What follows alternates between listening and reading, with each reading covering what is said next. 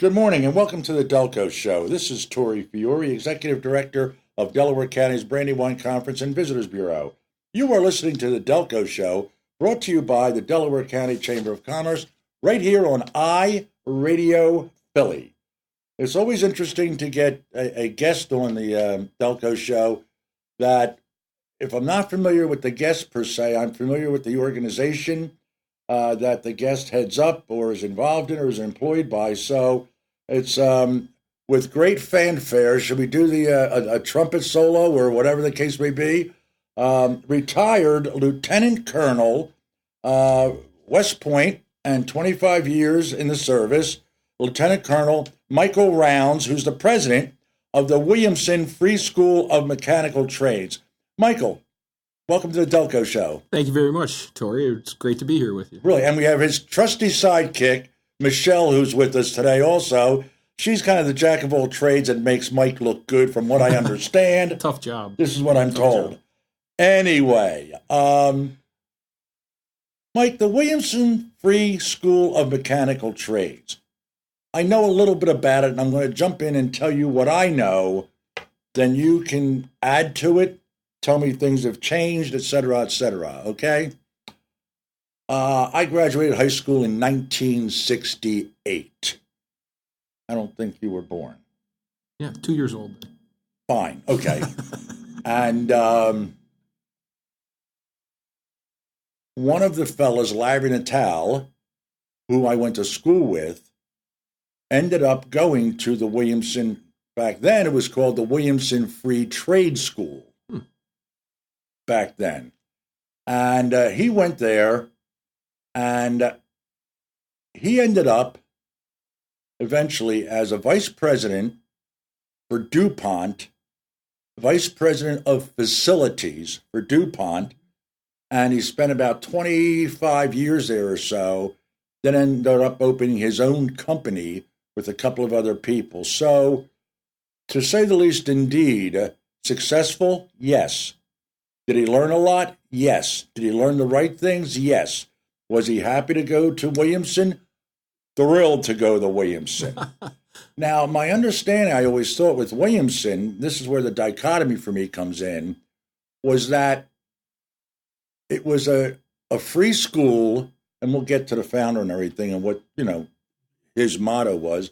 It was a free school, but you had to, your father had to, I thought, had to be passed away, and you had to be, and it had to be a needs situation where you couldn't afford college or anything of that nature. The other relationship I have with Williamson is that I guess 3 or 4 years ago, because you've been there how long now, Mike? This is my second year there. Second year there. Mm-hmm. Maybe 3-4 years ago, and I think they're still doing it.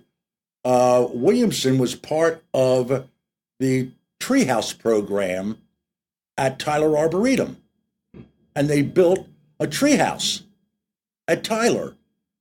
And it's a treehouse you can walk in and everything. Mm-hmm. It was really neat. And I think that treehouse, because they had a bunch of them from different organizations, that treehouse is still up and in use at Tyler. Okay. So that's what I know about it. Okay. So having said that, now the next thing I want to know is a little bit about you. How the hell did you end up at Williamson? Yeah. Well, it's a place I've never heard of 3 years ago at this point, 3.5 years ago. So I came from the Midwest, Minnesota, grew up in Minnesota, and we're sorry. Yeah, no, it's a great place to grow up. Okay, sure, go with that. A little cold in the winter, but yeah, sure. But as I'm going through high school and looking at my options after going to college, I was a good football player, a good student. Got interested in West Point, and they were the only Division I football team that was showing any interest at all. And so went out, toured around, thought, well, this is different, but why not give it a shot? I had 3 siblings, but I was the oldest, and I think my parents were saying it's free, right? Why don't you just try it and see what you think? Yeah, and, free as me. Free, and it was very much a culture shock for me. But playing football there was great. I played in the mid '80s when we had some really good teams and beat Navy 3 out of 4 years, which sounds crazy. But I remember those days. Yeah, I do too. Now I'm looking at your size now. Mm-hmm. I'm going to make an educated guess. Lineman. No, wide receiver. No, actually, you're right. Offensive guard. Get the hell out of here. I don't know what gave it away. I was big, but I wasn't very big actually for O-line, but I was made up for it by being really slow. Okay, no, that always helps. Yeah. But, if you were a wide receiver, my mother, who's 98, could cover you. Nothing personal. I guarantee you that's true. Yes, we used to call it the last stop before the bus stop. If you can't play O-line, there's nothing much we can do. Or defensive? Offensive guard. Offensive guard, and okay. we ran a triple option, so being a little smaller, it was a good offense for the academy. We had some good success, beat a couple Big Ten teams in bowls, and also, my adjustment to the military made it a little easier to have something I connected with football to kind of get through the rough times. The first year or so was pretty tough, but I really got to enjoy the way the program worked. I studied engineering and graduated from there in '88 with a Bachelor of Science in Mechanical Engineering, and went off into the Corps of Engineers. And I had a 5-year commitment, and we already talked about that because I was in the service and I was in the combat engineers. So, as I was, I spent most of my career. That, So bounced around a lot through what became 25 years, including 2 tours to come back and to opportunity to come back and teach at West Point, to teach engineering, and really enjoyed that. Enjoyed West Point as a teacher much more than I did as a cadet, amazingly. Well, sure. Well, you got your own room. Right, you got a house. You got to kind of appreciate the place a little bit. So interspersed with different, tours with the 101st and the 1st Cav and Iraq, Afghanistan, Korea.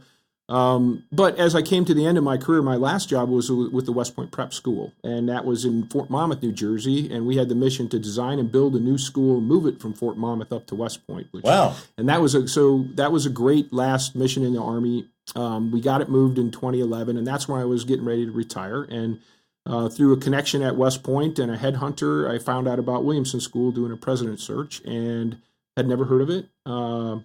Looked on the website, looked at this place, and said, "Wow, trade school, but yet core values, faith, integrity, diligence, excellence, service, guys in coats and ties that look, And I said, this really looks unique, and it really just took me one visit out here to see it and to talk to the students and see, as I'm getting ready to leave the Army, I had a 5-year commitment turned into 25, and a lot of people ask, why did you stay that long? You were bad at math, apparently. Yeah, I guess nobody told me I could leave.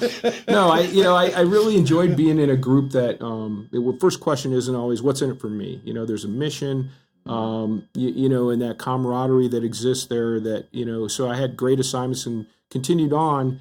But, as I looked for now, I'm leaving the Army, what am I going to do? I'm 46 years old and 47 years old. And what do I want to do with the rest of my life? And finding a place like Williamson where you felt like there's such a great mission going on there and you're making a difference in these young men's lives was really something I felt like I could really be passionate about. So, I went through the long process of interviews and prayed a lot and kept my fingers crossed. And luckily for me, they decided they would offer me the opportunity to be president. So we moved in there about 2 years ago in July. And at that point, my wife, who is a saint, by the way, we had been married 23 years, and that was our 16th house, apartment, government quarters, Korea, Germany. So the idea of being able to find saint, putting up with me, she's raising 3 sons, the whole choir of angels. Yes, she gets all the credit. And with the profession where you're gone a lot, just being able to deal with that lifestyle and to be able to continue to move around and keep everything together for the 3 sons that we raised all those years is pretty special. But I'll tell you that the opportunity to find a place where we could settle down and stay for a long time was really appealing to both of us, and that's our hope with Williamson. Did I think I'm reading between the lines here.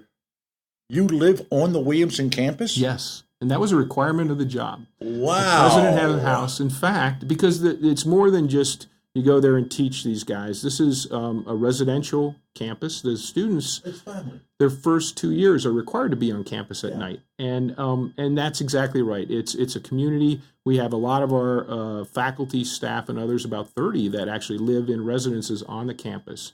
Our students live in dorms where they have a live-in dorm manager. There's about 20 or so students in each dorm, and they have a dorm manager that lives there and is kind of. So it's the whole person concept is what's special about Williamson. Yeah. The fascinating thing about it is that, well, number one, is not only is it something that you saw you wanted to do, but now you're residing in beautiful Delaware County. Exactly. And we are. And your campus is gorgeous. It's a beautiful campus. I'll get into this program a little more, but the most recent trade we added was horticulture 20 years ago.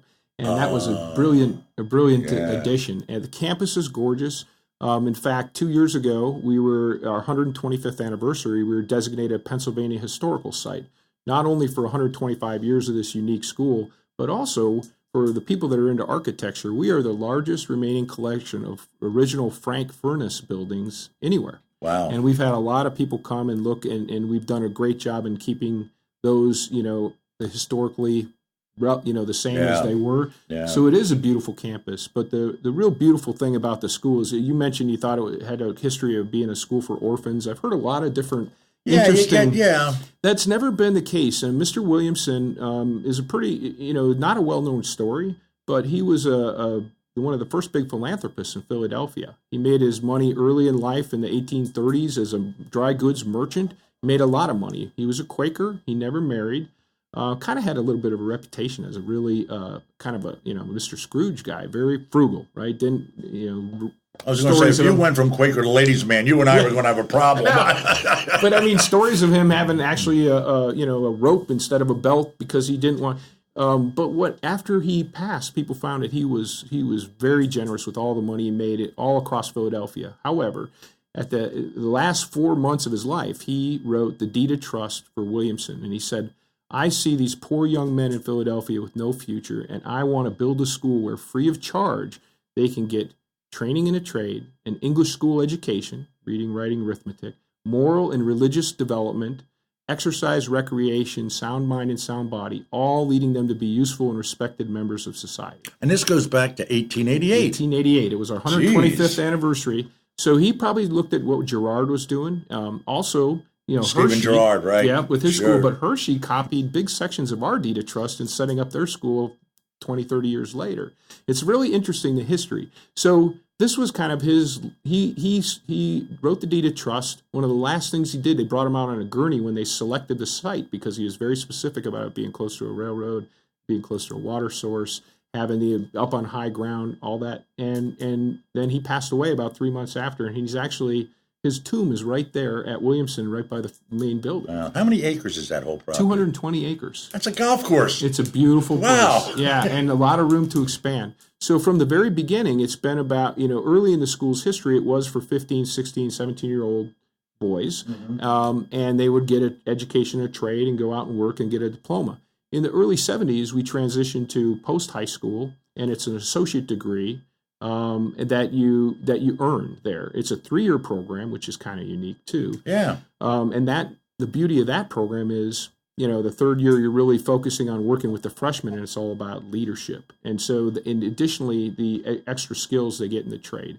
But our whole focus is not just the skills in the trade; it's a character and leader development that takes place there. Yeah. And we take it seriously. And because it is a residential campus, you can kind of it's not a commuter kind of place. So, and people live on campus, and it's a whole community and a whole culture that kind of develops. Look, I know that I've done events there at Williamson Trade School, and jackets and ties. Yeah. The grounds are pristine. The students are respectful. I mean, it's a different, wonderful, good to see way of life. It is. It's real old school in a lot of ways, and it's something that stands out more and more in today's culture because we're losing some of those. Being a gentleman, having walking up to somebody, can I help you with something? Holding a door open. But big picture for people that don't really know about the school, we have 6 trade programs. We have about 100 new freshmen we bring in every year. The last 2 years that I've been here, we've had over 400 applicants for 100 spots. And it's a very rigorous program. They got to come take a tour. They take ASVAB testing to test their baseline skills in math and reading. And then they come back and they choose which trade they want to enter into. And we're going to get into those trades in the next segment of the program. Right. So I'm going to interrupt you here because I'm going to take a quick break, and then we'll get back to that because I want to hear about all the different trades you have there. We are speaking with Michael Rounds, president of the Williamson Free School of Mechanical Trades, 106 South New Middletown Road in Media, but it's actually Middletown. Check them out at williamson.edu. Give them a call at 610-565-0999. I'm Tori Fiore. We'll be right back with Michael on the Delco Show, right here on iRadio Philly. Welcome back to the Delco Show. I'm Tori Fiore, and we are speaking with Michael Rounds, who is the president of the Williamson Free School of Mechanical Trades. You can check them out at williamson.edu or give them a call at 610-565-0999. They're located on New Middletown Road, which is 352 in Middletown, Delaware County. It's a Media Post Office box, but, what the hell? Media, Middletown, wherever it may be. Mike, before we get back to you, I'd like to thank two of our sponsors, our lunch sponsor, most importantly, Primo Hoagies, Baltimore Pike in Media. We have 3 hoagies. We get them every week, and we give one of the hoagies to our erstwhile administrative person here in Headroom, which I'll tell you about in a second. And it's always a surprise what they bring us over from Primo's. We don't know what it is, but you know what? As I always say, every Wednesday, I don't cook dinner because I eat half the hoagie and my wife gets the other half. So it works out beautiful for everybody. And we want to thank, as I mentioned, Headroom. Headroom is a location on State Street in Media, at Veterans Square and State Street. It's office rental. You can rent a room, an office, a conference room, state-of-the-art technology, whiteboards, all that other good stuff for an hour, a day, a week, half a day, a month, a year. They've got memberships that run the whole year, very, very reasonable. I mean, I rented some space here for 2 hours, and the whole thing cost me $50. It was fantastic, worth every penny of it. If you work out of your house, you want to get away from the dogs, the kids. I'm not going to say the wife. I got in trouble with that the last time. And you just need a little peace and quiet. Or you're having a small meeting where you needed some office space. Check out Headroom, headroom.net, and they will take good care of you. The owners are terrific. Katie's fantastic. And it's just a beautifully well-designed, well-appointed facility that makes you feel right at home. Headroom.net and Primo Hoagies. Anyway, Mike, let's get back to you a second. The one thing I wanted to get back to, we talked about, what is the criteria? The criteria to get entry into Williamson. Yes. So it is still, for 126 years now, it has been given a free education. So every student comes in completely free. They don't, room, board, everything's covered outside of a few fees that they would pay for tools that they would keep as they go out into the trade that they're in. And so, as I mentioned, the last 2 years that I've been involved here, we've had over 400 applicants for 100 spots in the freshman class. And we look at a couple things. We do a general interview to say, hey, Williamson's a little different than most schools you're going to look at. For example, it's run like a military school. 6 a.m. you're up, cleaning your room. You come out to lineup. No wonder you fell for it real quick. Oh, it totally felt comfortable when I got there. So, seeing West Point and the prep school, it was like outside of the uniforms and saluting, very similar. Do they say good morning, sir? Oh, they say good morning, yeah. Good but morning. Sir or Mr. Rounds? Mr. Rounds, okay. Whatever, yeah. So yeah, and so they're out early, they line up, they get inspected every morning for their haircut, their shave. If they're late or they forgot to shave or their shoes aren't shined, those are offenses that then get them a chance to come in and get a little extra training on Saturday doing grounds work. I'll tell you, they must be thrilled about that. So You're learning more. They learn quickly that it's important to be on time, that it's important to be prepared, and so that's that regimented style that they go through. So we talk to them about that as they get ready to enter. Are you think you're comfortable existing in this environment? Because we don't want you to come here and quit and waste a scholarship here. We do chapel every day, which is another unique part of our program, and it's been a part from the very beginning. Mr. Williamson said moral and religious development, and he left it very vague and general. So we have a general Old Testament, New Testament, Bible values, but every day after breakfast they go to chapel. And then they go to either their trade for 4 hours before lunch or academic classes, and then they flip-flop in the afternoon, and they have dinner, and then they do sports and activities at night, and it's a full day, and they're back to bed. So we kind of let them know about the whole schedule.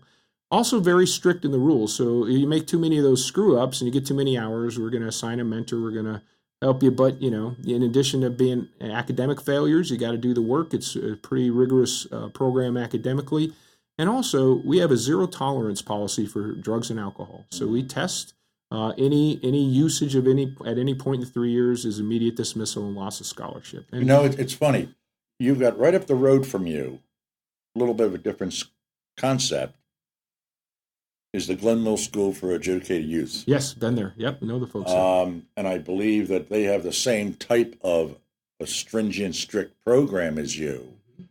The zero tolerance, the respect, the cleanliness of the facility, your appearance, your learning, etc. My son was an administrator, supervisor, teacher there for about 9 or 10 years, so I got the full boat on this. The only difference is that how you got into Glen Mills, you got yourself into trouble, and you had a choice: Glen Mills, service, or jail. Pick one. Right. And so you're being sent there against kind of, Yeah. And the difference at Williamson is, you're applying to come here and competing against 400, 1 in 4 get in. So why would you want to put yourself through that? Well, I think the idea is that, first of all, it's the best training in the trades that you can get. We have 6 trades that include, carpentry, masonry, machine tool, paints and coatings. We have our own power plant, which was part of the original construction in 1890. Right. And we run the power plant, and the guys work in that field. And then we have horticulture, as I mentioned. So that was what my buddy Larry was in. Paints and coatings, because that's how we ended up at DuPont and became a vice president. Paints and coatings. Exactly. Yeah. So we've had great success with her. So why would a young man want to come? We say this is we tell him, hey, this is a challenging program. We're going to stretch you, challenge you, get the most out of you. But in this 1,000-day journey that you're on, 3 years, we think that in that time you can kind of take these core values and really understand, because everything we do is focused on when you get out in the job market, you're going to want to be that great employee. Now, how do we measure how we're doing? 2 ways for the skills. 4 of our shops compete in Skills USA, which is a national level competition. So our shops have a competition and they send a guy forward. All 3 of those 4 shops, we had state champions this year. Last year we had 4 out of 6 that were state champions, and then they go to nationals. And in our carpentry program, we've had 7 out of the last 15 national champions came from Williamson. Wow. And last year we had a bronze medalist in brick and masonry, and we're sending a whole slew of state champions there again this year. So excellence in the trade is one thing. But what's really important is not only the skills, but we want our Williamson men to uphold that tradition of being a man of integrity and somebody that you can rely on, that's going to show up on time, that's going to be ready to do the job, that's going to work on the job hard and get it done right, that's going to stay on the job if they need to make sure it's all those extra intangibles are what employers are looking for. It's called a good employee with a work ethic. With a work ethic. Which you don't see a lot of anymore. And unfortunately, you don't. And to find a place like Williamson where that's still valued at a high rate is kind of unusual. Here's another thing we do. We have career fairs. And you got to come to this next one, Tori, because we've done 4 of them, 2 a year. We started out the first one in the fall of my first year. We had 80 companies paying $150 a table to have a table in our gym to try to hire our guys. And then it's grown every time. In February, we had 103 companies paying $150 a table. We have 73 seniors. We had 30 more companies than we even have seniors to provide to the workforce.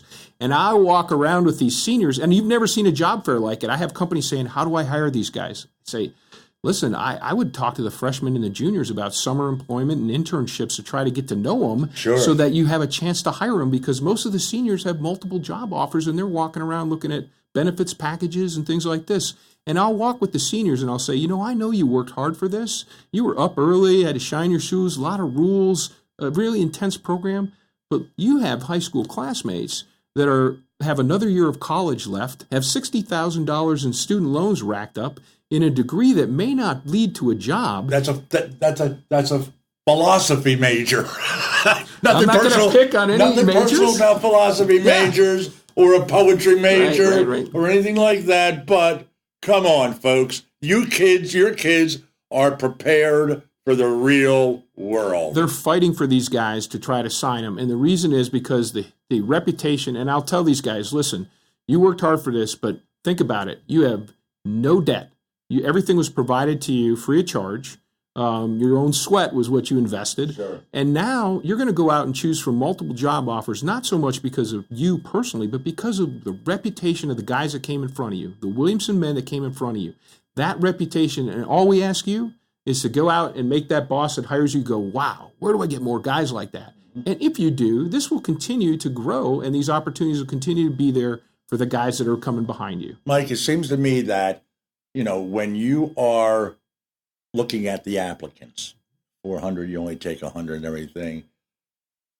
Yes, there's a lot that goes into it, and the main thing is affordability. Financial needs. I got that, okay? But just like when you went to West Point, okay, if they didn't think you weren't going to fit, right, you weren't going to fit. Yep. So you weren't going to get appointed there. That's right. Or I know somebody has to appoint you, and then you're accepted. It's the same thing with Williamson. Yes, we take it very seriously. You have to have that grounding already. Yep.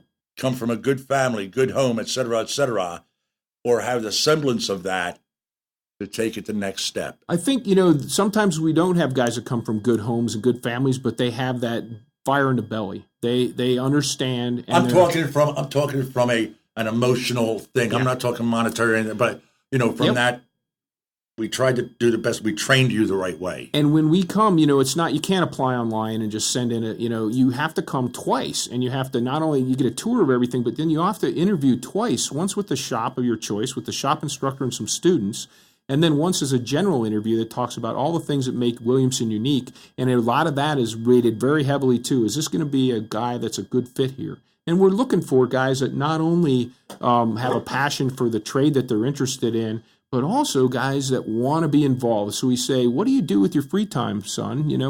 And if you can only tell me I hang out with my friends and I play video games, we're looking for people that say, hey, I'm active in my school, I'm active in my church, I'm active in my community, and I'm a go-getter. Because when you come to Williamson, the trade training is part of it, but really it's the whole person concept. And we want you to be engaged in athletics and activities and community service. And that's all part of making that well-rounded person that's not only going to be competent in his skills, but be a good father, a good member of the community. And we take that stuff very seriously, and we include that with our chapel program and with everything, our leader training, everything we do. And again, our focus is we want to make you that, as much as we can, that ideal hire. And it's not necessarily all the skills, but it's about who can I trust, who can I rely on, and who is going to be smart.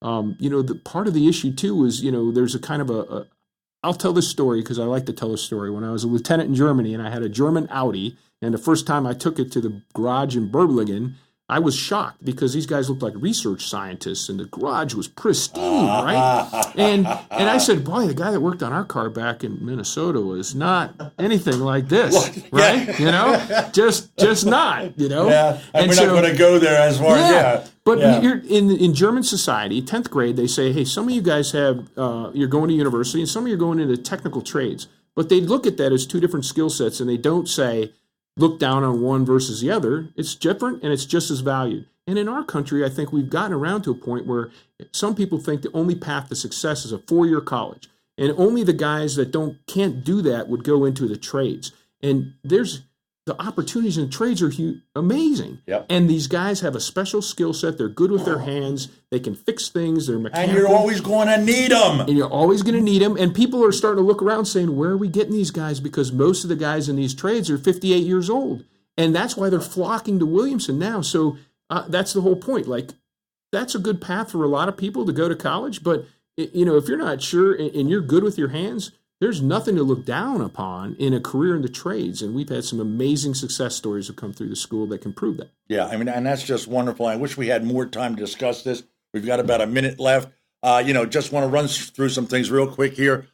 Just this past March, the Williamson Free School of Mechanical Trades voted Nonprofit of the Year. In Delaware County. Delaware County. Nice honor. Yes, absolutely. That occurred on July 1st. The change in the name from the Williamson Free School of Mechanical Trades to the Williamson College of Mechanical Trades. Just College of the Trades. College of the Trades, excuse me. College of the Trades. Yep. Yeah, College of the Trades. So you got a lot going on right now. Right. And the horticulture part of it, I love because my wife is a closet horticulturist. And if you ever go to the flower show, our guys are winning awards every year down there. You're absolutely correct. Ladies and gentlemen, from the Williamson Free School of Mechanical Trades, Michael Rounds, who's the president. Check them out at williamson.edu. Give them a call, 610-565-0999 in beautiful Middletown, Delaware County. Blah, blah, blah, blah, blah. This is Corey Fiore, and you're listening to the Delco Show on iRadio Philly. Thank you.